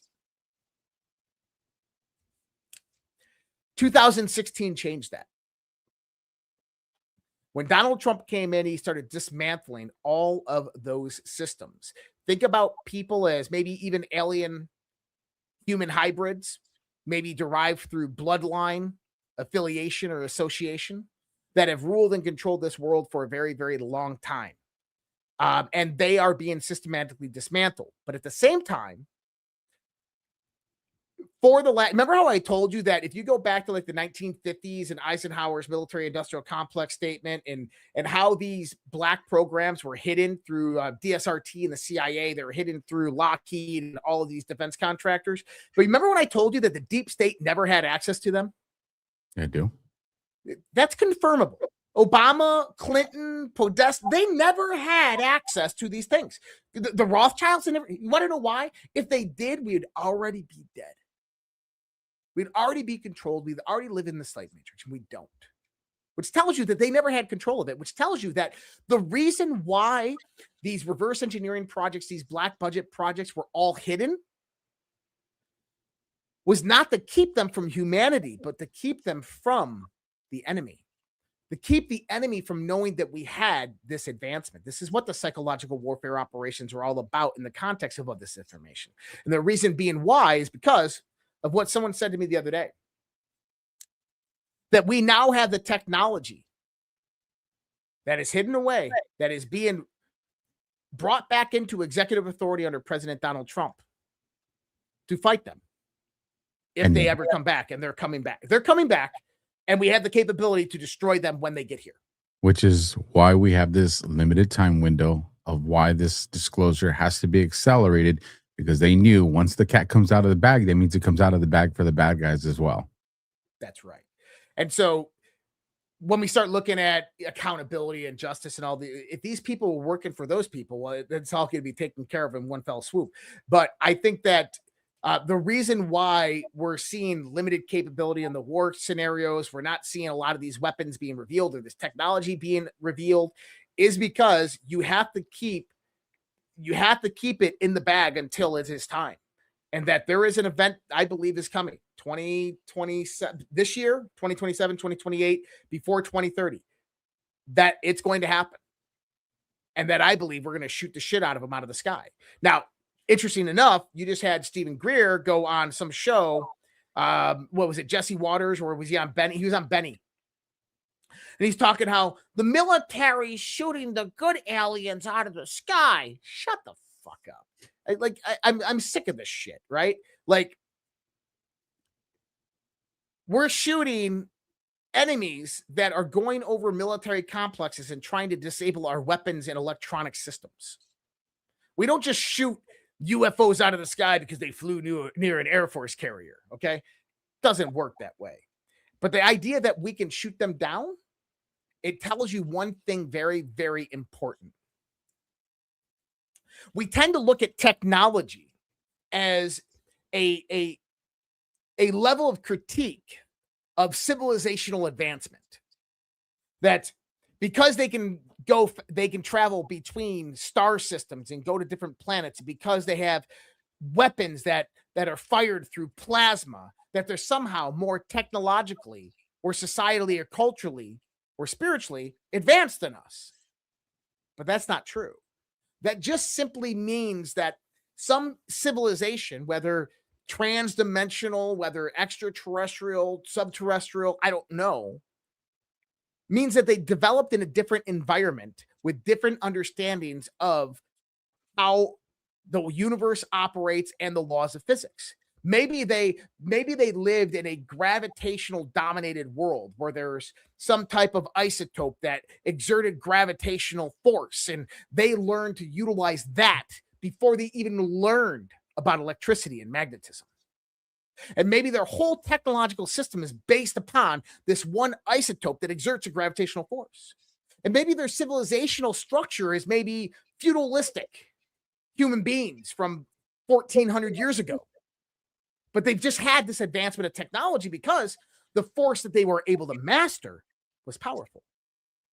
And so now they can travel between the stars and they can conquer worlds with this technology, but their societal structure isn't very advanced. And their technology maybe not even be very sound. There might be things in the universe that they don't even know about, like electromagnetism and plasmas. What I'm trying to say is that just because maybe they came in here and beat the shit out of us 5,000 years ago, 6,000 years ago on this planet, maybe because they've had force and dominance over our planet for a 6,000 year period, it doesn't mean that they're more technologically advanced. It doesn't mean they're more societally or structurally advanced. It doesn't mean they're more intelligent than us. It just means that at one point in time, they had the upper hand. And now I think we do. You know, a full-grown adult can show up to the mound of a colony of fire ants and start stomping the hell out of the first 30, 40, 50 that fire ants to come out of that mound. But once those fire ants start to come out of other mounds and start to attack the boot and ankle and that full-grown human, because they choose not to leave and they stay in that environment, now has, 200, 300, 400 fire ants on them, they will they will be put into an anaphylactic shock, and they will die. How can a species that's about a quarter of an inch in size and we outweigh them thousands of times come together and all attack at the same time to create something that's far bigger than them? It's death. And I always think about that concept when I think about, damn it, we're going into Independence Day. These aliens are coming. Well, how many are coming? And how many of us does it take to become the overwhelming force? And the other thing is, I saw someone in the chat bring up Yuval Noah Harari, and that takes us to a certain bioweapon that was engineered. Everybody knows during that 2019, 2020, at least according to the narrative, that people had to put in their bodies, and we saw it affected the immune system. Why was there such a desire to weaken the human immune system? Is it because of just the concept of big pharma or depopulation, or was it because there's someone that's en route to pick a fight with us, and our immune system is one of our greatest attributes, one of our greatest weapon systems that we have? I think maybe it wasn't flavor enhancements. Maybe it was something to actually protect us. There's a lot of stuff, man, to think when you start to kind of pull the veil back and be like, we know what we saw, we know some of the stuff was bad, but what was the real motive? It's easy to buy off on the narrative that's being sold by mainstream media and alt media and Substacks, etc. But I mean, everybody kind of has. I mean, listen, when me and you, we talk to so many people on so many different social media platforms, and when all these people who don't have any connection to each other are all telling me the same thing, I know you've been told the same thing too. Man, I feel like we're on the edge of something. Like, that's a vibration, that's a frequency, that's something that I don't know, is it paranormal or what? That's that's mind speak, right? And then to go back to kind of how we started this conversation with the yogis, right? Do they tell us these things because they understand the power of manifestation? And if Burchett comes out on the show with, Benny Johnson or Dan Ball and starts to talk about these things, it's going to have millions of people seeing it at the same time and having the same thought process, maybe the same excitement, maybe the same concern, but there's a level of energy that goes into that. And, is there a power of manifestation there for all this? I don't know. I want to present questions. I have speculations and I have thoughts. What I do know is we're on the brink of something. That is, no one is going to convince me otherwise. I recognize the patterns in the military operations. I recognize the patterns in mainstream media. I recognize the patterns in the propaganda. I recognize, listen, there's for all the stuff that me and Josh do share and others from people that we trust, there's a list of things that are not shared for many different reasons. And I also tell myself, why is that? I know I'm not the only one that got that info, because I'll see which people do go out and post it. And so I know that there is information that is being put out there purposeful, not by accident. And so all that tells me is what there's a war. There's a war that is unfolding right now. It's informational, it's psychological, but it's also not human. And that's the part we don't talk about enough. Agreed. And I want to give a shout out to somebody because I find this really interesting. I went to X and I refreshed my feed, and Shadow of Ezra, anybody knows Shadow of Ezra, just reposted Army whistleblower came to once visit a secret civilization on the moon, and it's the Jorge Padon interview with Clayton Morris, which he posted it about the same time that we got finished talking about it on the show. So I'm assuming he's watching. And if he's watching, give me a heads up, brother. Just let me know you're watching. There's a couple of people that he hangs out with, but that are definitely not friendlies to us. But I want to actually point out the thing about ants, because this is really interesting. I was consumed by this thought one day, like, how many ants are there on this planet? Do you know how many ants there are on the planet? I have seen this before.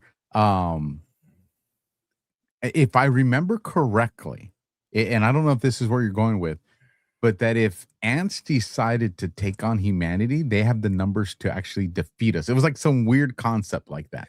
Well, they outnumber us 2.5 million to 1. There's 20 quadrillion ants within the planet. When you start to look at this, the weight, I think the dry mass of all non-carbon tissue is 40. Okay, so live wet mass, so 60. I was looking for something. All ants together likely weigh an order of 50 to 100 million metric tons. Okay, now if they all came out of the ground and covered the entire planet surface, they would rise about 2 millimeters above the planet surface. Okay, so that means 2 millimeters off the ground, covering all ocean, all land, everything. Here's where it gets interesting. The average height of an ant is 2 millimeters. Okay, so 2 times 10 to the 16 ants times 2 millimeters is 4 times 10 to the 16 millimeters, or 4 times 10 to the 13th meters. That's 4 times 10 to the kilometers. In astronomical units, the Earth to Sun distance is 1.496 times 10 to the 8 kilometers. Right? So what that means is that if all ants came out right now and lined up one after another, all 20 quadrillion of them, they would extend 39 astronomical units past the orbit of Pluto to the heliopause. I want you to put that in the concept. 2 millimeters each, 20 quadrillion. If they lined up one on top of another, they would extend past Pluto. That's right underneath us. Now, if ants, by the way, and I always love making this scenario when people say, like, dude, aliens don't exist. I'm like, dude, there's 20 quadrillion ants underneath your feet. How many ants have you had contact with in your life? And what you actually find out, it's less than 1% of all ants will ever experience a human being. Think about that. Less than 1% of all ants will ever experience a human being. What does that mean? Think about if that ant was intelligent. It goes back and goes, dude, we just witnessed these giants out there. They have this whole world. And they're like, stop it, Tom, you fucking conspiracy theorist. You don't know what you're talking about. Humans don't exist. No, dude, come on. I'll show you. Go Like, get your seriously. leaves. Go get your leaves and sugar and shut up, bro. Get back to work. But now just think, there's 20 quadrillion ants that have never experienced human beings before in their existence below your feet. What else potentially lives within the earth that you've never known, heard of, or experienced that's never experienced human beings before? I'm there with you. I'm there with you. So here's, I'll get to our last. All right, we'll set us up for our last ads. We'll do Rumble Rants, and then we'll let everybody know about the Q&A that's coming up.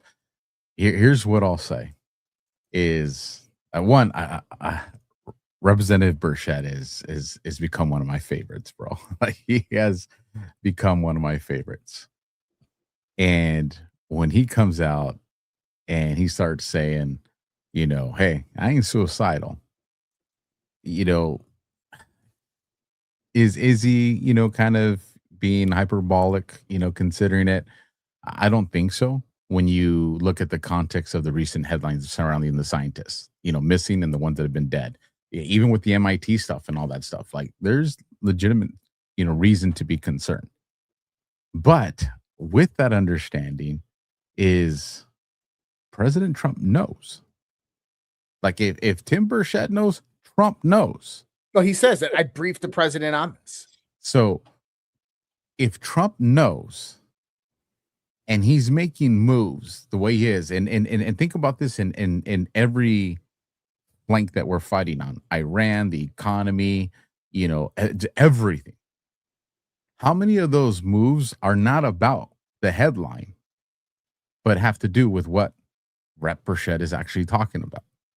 How much stuff is being set up that we're thinking, oh, this is for no kings, or this is for Antifa, or this is to secure elections? Is it? Is that what it is? Is the Army QRF teams, the quick reaction forces that have been set up in every nation? Is it because, I know me and you understand some things that are coming down the chain, and Trump's trying to present, be prepared for that when it presents itself. But is it just that? Or is there another reason that there would be unrest? If information comes out that there are these green guys and gray guys and others, do you need quick reaction forces to maintain society so anarchy doesn't break out? We've all seen the movies, Independence Day and all these other things. And I'm curious to that. Here's the other thing. And I'll give it right back to your Josh, and then we can get into the ads and the Rumble Rants. When one of the first markers I saw that something's going on was, and we've talked about this before, we have the largest U.S. military presence along our southern border in the history of the United States. And we were told that this is because of the immigration crisis, the narco trafficking crisis. But then Trump comes and tells us that within the first 10 days, that thing's shut down to nearly 98 to 100%. But yet the military presence kept increasing. And I started thinking, okay, well, we got the cartels. Cartels present a threat. We know that a lot of Chinese special forces were moved into Mexico. That presents a threat. But now part of me starts wondering, what if there's a different threat? And the reason I bring this up is because you said, what exists underground? Well, that brings us into the conversation for another show, I'm sure, of deep underground military bases. And they don't just exist in the United States. And what if there are things in these deep underground military bases in countries that are our neighbors, like Mexico and Canada, that warrant us executing caution? I don't know. I'll give it to you for your thoughts, and then we can get into our last ads. Yeah. Well, how about this? Is go back to that idea that they walk among us and they look like us, and they have overseers on this planet who control finance, money, power, and governments. And what have those same people have done over the course of the last 100 years? They've developed mercenary armies through various different ancillary infrastructures. And so if they wanted to ensure that their side wins the war, what are they going to do? They're going to bring about that war destabilization to ensure that their side does win. And I'll leave it with one thought here. And you remember Tim Burchett's video that we just watched, right? So here's Tim Burchett's video that we just watched. And I'm going to bring this up.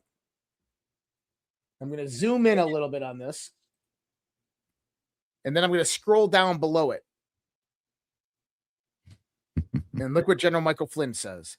I believe Tim Burchett. He's not a man to mince words or to short sell the normal political bullshit.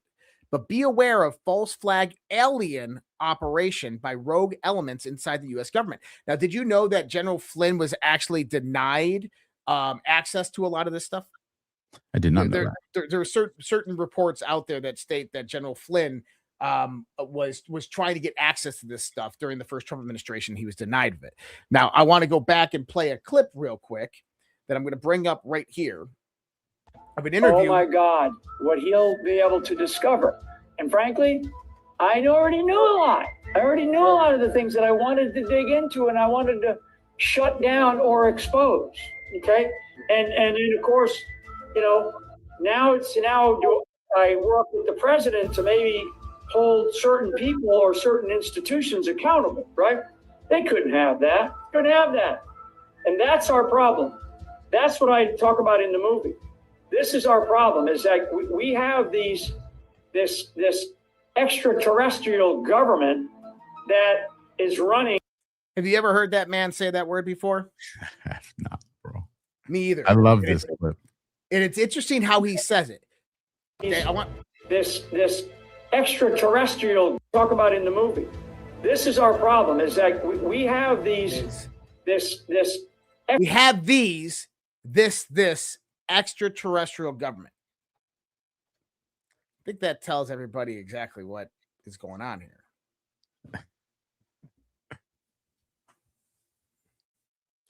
I'm with you. So I'll do my Rumble Wallet one right now, and then I'll give you time to set up. Well, you already did your Rumble Wallet one. You already got credit for it. No, I'm not going to give it to you twice. It didn't let me do it earlier. What do you mean? Did it pop it up? No, it didn't even populate. I just got it now, and it's a different one too. So okay, no worries. I think it was my end, just because I had to, when you got to refresh the whole window. Yeah. And so here we go. So let me bring this up on the screen so you guys can scan this QR code. Here we go. Here's a little inside scoop that many creators are talking about behind the scenes. It's actually one of the reasons I'm using Rumble. They made a way to super chat creators so that we get paid immediately and without any fees. And this is a big deal for people like me and Josh, folks. YouTube and Twitch take up to 50% fees when you tip creators. This method takes none. That's right. The platform takes 0 fees. I and Josh keep nearly 100% of what you send me or us. You can super chat with Bitcoin, Tether USD, or even Tether Gold stable coins. The tip will show up directly on our Rumble chat, which I'll do my best to read. All you need to do is download the Rumble wallet on the App Store and send the tips to your favorite creators. You can go to wallet.rumble.com, or you can download the app directly from the App Store. Seriously, what an amazing way to get rid of the middleman and help the creator economy. Shout out to Rumble for making this disruptive technology. And if you're like, I don't see a QR code on the screen, that's because you got to be watching on Rumble to see that. And if you're watching the replay, do us a solid. We appreciate you taking time to watch the replay. Go down in the links of mine and Josh's shows and click all the links to the people that we're partnered up with, sponsored, and affiliated with. And with that, Josh, I'll give it to you while I get the Rumble rants ready. All right. Let me see here. And I got to go into here. Let me see if I can find one real quick to run a second one. And them some of bitches. All right. Go ahead and run this one real quick. Still haven't tried 1775 coffee. Now's your shot. The 1775 starter kit just dropped. Only 1,000 units. You're getting the bold dark roast that hits hard, the smooth medium roast, and the vitality mushroom coffee for clean energy and laser focus, no crash. All single origin, small batch, toxin free and mold free. Plus, you're also getting a gold spoon clip because freedom isn't scooped with plastic. A frother strong enough to stir up your coffee and your mother-in-law's opinions, and a black 1775 tumbler. $170 worth of coffee and gear, yours for $99. This is for the ones that have been watching 1775 blow up on Rumble, wondering if it's actually worth it. Spoiler, it is. Go to 1775coffee.com/studio and grab your starter kit today before they're gone. Bold beans, clean fuel, and a morning routine that stands for something just like Rumble does. That's what I'm talking about. And with that, let's give a shout out to some of our YouTube audience members. First one to Dash and Eyes, $5. Thank you. Happy Easter. Awesome show. Thank you for that. Another one that shows up here all the time to support us. Soar047 dropping us $10. Patterns Matters, sending you mosquitoes. Happy Easter to you and your fam. Listen, I got PTSD from mosquitoes. As a matter of fact, I got a special little device, y'all. Special little device that has this special light that attracts them, a fan that sucks them in, and then plugs them into this paper that I gotta change because Anthony Fauci's trying to take me out with skeeters. And then we got some new members. Shout out to Kathy Besselman 744, who became a YouTube member. And shout out to Laura Gamez 3968, who became a YouTube member. So thank you guys for that support. We'll be getting that link to you guys for that premium subscriber only Q&A that we'll be doing. And here's my Rumble rants, and then it'll be all on you, Josh. Dollar for dollar from Auda. Got a couple of them here. I think they might be sequential. Is it aliens, or is it that after World War II, all the tech and research was confiscated, brought to the U.S., and continued to be worked on? When people start seeing this stuff, aliens are created to give cover. Definite possibility. Or it could have been alien stuff that was found in World War II that we're all trying to fight to see who was going to get to it first. Continuing with Auda. And now people aren't even thinking about the super advanced human tech part anymore. Now they're stopped into having a worldview shift that the government is lying to us about aliens. Well, I'll tell you this. I definitely trust the general. And when the general says that there is a weaponized portion to look out for, that tells me there are some people that are going to try to push an alien psyop. But that doesn't mean that it doesn't exist. Because remember, a psyop doesn't exist unless it has a majority truth involved in it. You just got to filter out with discernment to figure out what the truthful part is and which part's the manipulation. And out of continuing, an added calculated benefit to this psyop is now you created a whole fringe alien subculture that you feed for decades through Rockefeller funding that you can use for whatever you need in the future. And then finally, Burchett saying, if we knew, the country would go crazy. Well, when people find that their wealth has been drained for advanced tech that could have been made civilizations hundreds of years more advanced, instead it's been kept from the world, then we're given fake science and physics to be dead ends to keep you in a decaying dark age, controlled, sick, and poor. Yeah, I think people are going to want heads. What if the scientists being killed are the exact people to disprove this nonsense? Now the Pope getting more priests to conduct exorcisms for future demons coming. Come on, people, wake the fuck up. There's some parts in there I can definitely see on that Auda, but there's also some things that do expand upon this. You know, there are a lot of people and sources that provide information where it's not just reading, but actual firsthand experiences. And those firsthand experiences, people can't explain them, even the people that experienced it. So with that, Josh, I'll give it to you for any Rumble rants that you have. Yeah, I had a few come in. The first one, I couldn't see who it was from because the creator sponsor thing in the chat box, I didn't hit my red box, so I didn't get them all in. But they said, I would like you guys considering doing a show on modern day prophets. A lot of crazy predictions. My wife seems to fall for a lot of these. I'm a lot more skeptical. Bro, I'm right there with you. And this is a great, because we got Paula White out there like, miscarry those satanic babies. Did you hear this shit? Miscarry those satanic babies. Look, Paula White is evil. That's an evil bitch.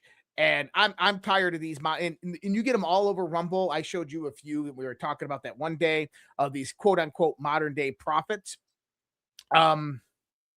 Listen, guys, let me kind of sum this up very, very easily with a lot of these modern day prophets.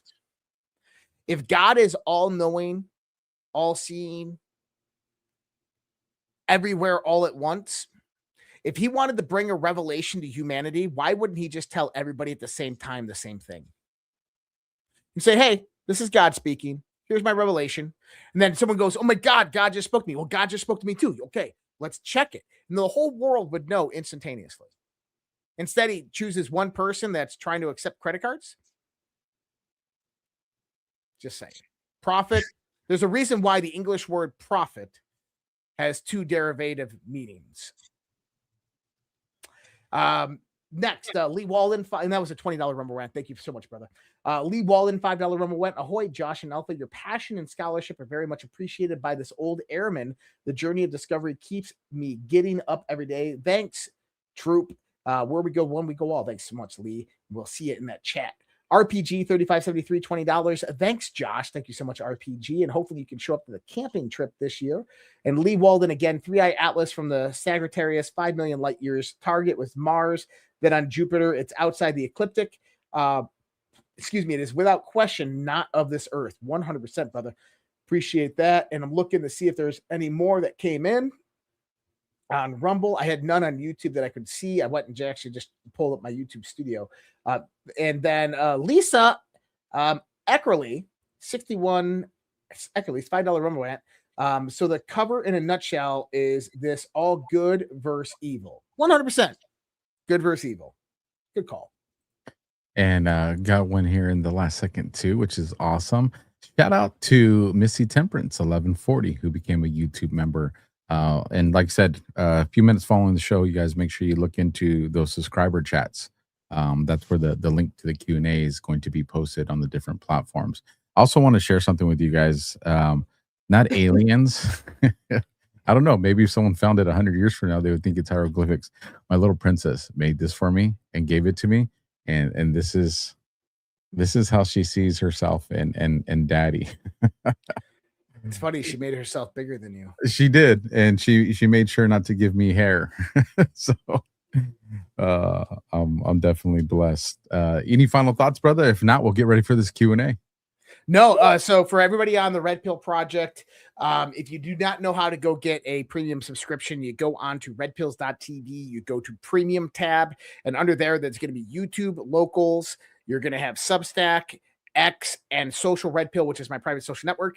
Any $5 subscription is going to get you into live Q&A. The Q&A link will be posted in the direct feeds and on those platforms as under the premium subscribers. So YouTube, go to your post. On X, go to your post. You will see it. On Substack's the only difference. It's in the private group chat. And so you just go to your chat on the Substack page. It'll also be sent to email. Under decentralized media, you'll see it there. And then I will send that link over to Alpha, and he's going to send it out to all of his premium subscribers on the same places that he has those subscriptions. So I will see you guys here in just about probably 5 or 10 minutes while we join into the Zoom. And don't judge me, because I'm going to be eating during this Q&A, because I'm starving. So I don't want nobody to be judging. Alpha's eating on camera. Yeah, I am, because I'm hungry. Enjoy one of the oldie songs that we have on here from Overwatch The Guardian, the OG show. Catch you guys in the next one. God bless. Simplify.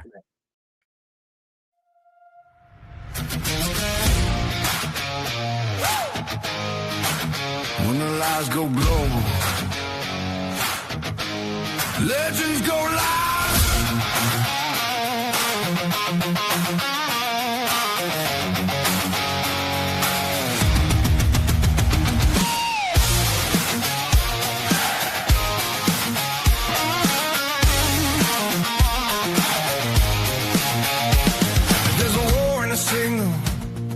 A ghost in the feed.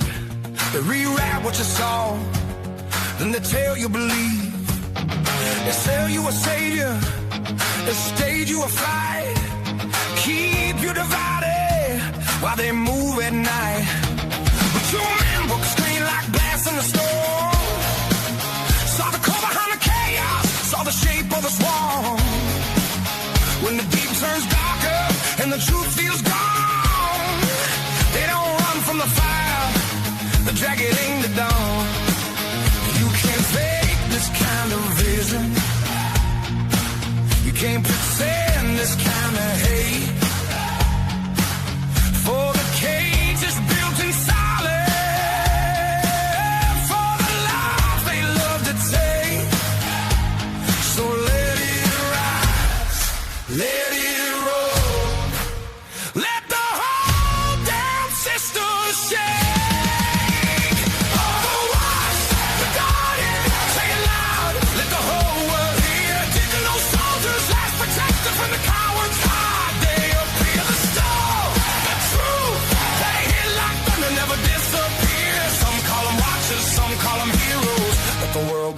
then ain't right here.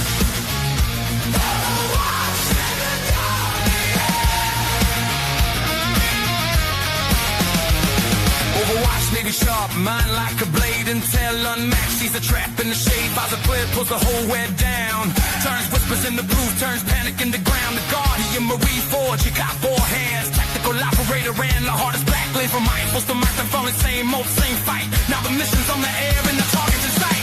Let them copy your words, let them cosplay your pain.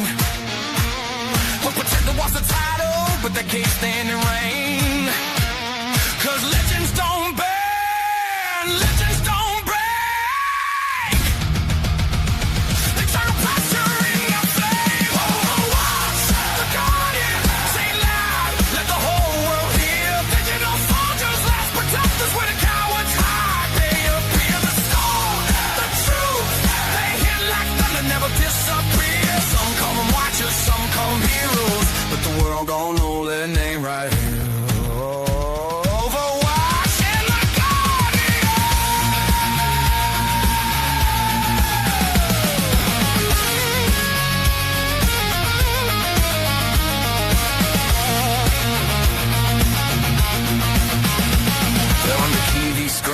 Your phone screens, and in the shadows where the real war breathe. They don't chase clout, they chase the network. They don't play nice, they break the script. Star from the flag, glory in the fight. Stripes in the blood, humble in the price. Matrix shattered, veil torn through. When the watchers move, the darkness rules too.